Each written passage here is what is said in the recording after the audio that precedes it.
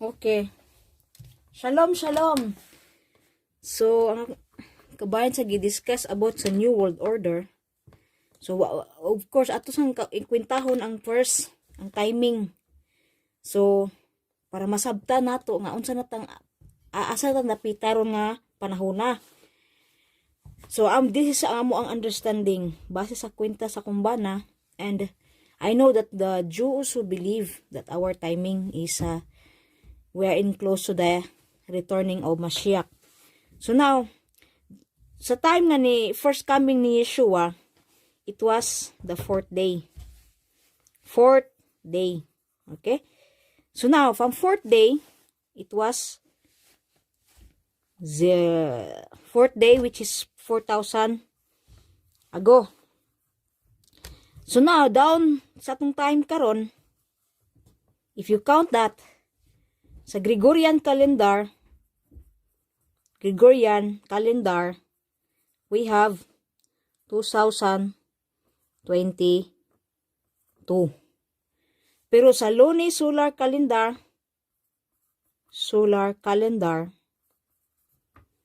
ang iyahang date, we are ang counting na mo is si Daniel nag-count ani, kung ba naman nag-count ani 1933. So now, it was the fourth day. So now, how much remain para mahuman ang 6,000? Diba? So you have to add 2 plus 2 today. So from the time of Yeshua, down sa tong time karon, we should suppose ang atong time would be before mo balik si Yeshua, it must be before mo end ang 6,000 years.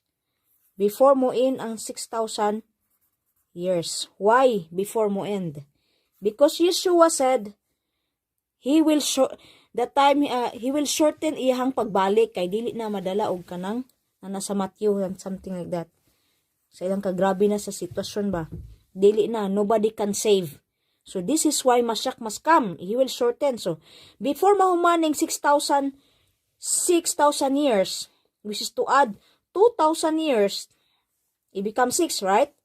So we are ending mahuman na taaning 6,000 years. We are closing to that. So now, in the lunar calendar, among counting imo ni 1993. So imo nang minusan og 2,000, mahimo na ang pilay may bilin. 2,000. Kana arong calendar man gyud na siya, arong man ang Gregorian. So now, we are 2,000 minus pilay na bilin, 7 years. Di ba? So now, ang what is interesting is, ang naka-interesting is, ang plano sa Illuminati nga New World Order nga makomplete nila is 2030. Mo na ilang plan. So now, according to the solar calendar, we have remained 7 years. So now, kung 7 years, nagpaspas sila karon kay tungod i-implement nilang 2030, believe me, we are very, very close to the end. We're very close to the end of the coming back of Mashiach. This why, ang last kining ato ang sitwasyon karon is, nagkuan ni siya, naglimpyo sa umaabot na kingdom. Kisa tong mahibilin, as Yeshua said, those who will endure to the end will be saved. Those people will be in the kingdom of Mashiach. When he come back, according to Shaul said, there will be a last trump and the twinkling of an eye nga ma-change ang tao, ang body sa tao. It becomes from incorruptible to incorruptible, and those who die, ma-rise sila, ma-resurrect sila. Those who die in the faith of Yeshua. So either mabuhi ta or mamatay for a short time. When Mashiach come, they will not stay long. Why? Because the kingdom of Elohim is at hand. It is at hand na. The restoration will come. Gitawag niya sa Hebrew og tikon. So now, 7 years, very interesting, di ba? How many are we now? 2022, they remain 8 years. Di ba? So this is very interesting. It is not interesting nga ilan ang giipit og bayo. No. So now we're gonna read this one from Hosea 2. It is written, Hosea 2 chapter 6 verse 2. Come, let us return unto Jehovah, for he has torn, and he will heal us. He has smitten, and he will bind us up. After 2 days, will he revive us. In the 3rd day, he will raise us up, and we shall live in his sight. So you see? So you believe 1 day is equal to 1,000, right? 1,000 years. Diba? So now, since Yeshua came 4th day, plus 2 day, so, diba? 2 day. It becomes 6,000, diba? But he will shorten the time. So what is written here, after 2 days, he will revive us. After sa 2 days, ma-revive ta back to our Elohim. In the 3rd day, he will raise us up, because as Yeshua said that he will shorten the time. So you see, Matthew 24:25. So he's talking about ni sa the last days. For there shall be not this one. There are 22. This is 22. Can I read it? And except, for then shall be great tribulation such as was not since the beginning of the world to this time, no, or ever shall be. And except those days shall be shortened. Shall be shortened. There should no flesh be saved, but for the elect's sake, those shall be shortened. So, tungod sa mga elect, mas-shorten ang time. So, this way, ang coming back ni Yeshua, kay pag 6,001, it is already in the 7th year. That is already in the 7th year. So, you have to understand that. Pag 1 na siya, that is become 7 na siya. We're entering to the 7th year. And this is, gitawag pag 7, 4, di ba? Pag coming niya, plus 2, ini nga man dire, sa Hosea, i-revive niya in the 2nd day, and in the 3rd day, he will, sa geto gingon, 3rd day, he will raise up.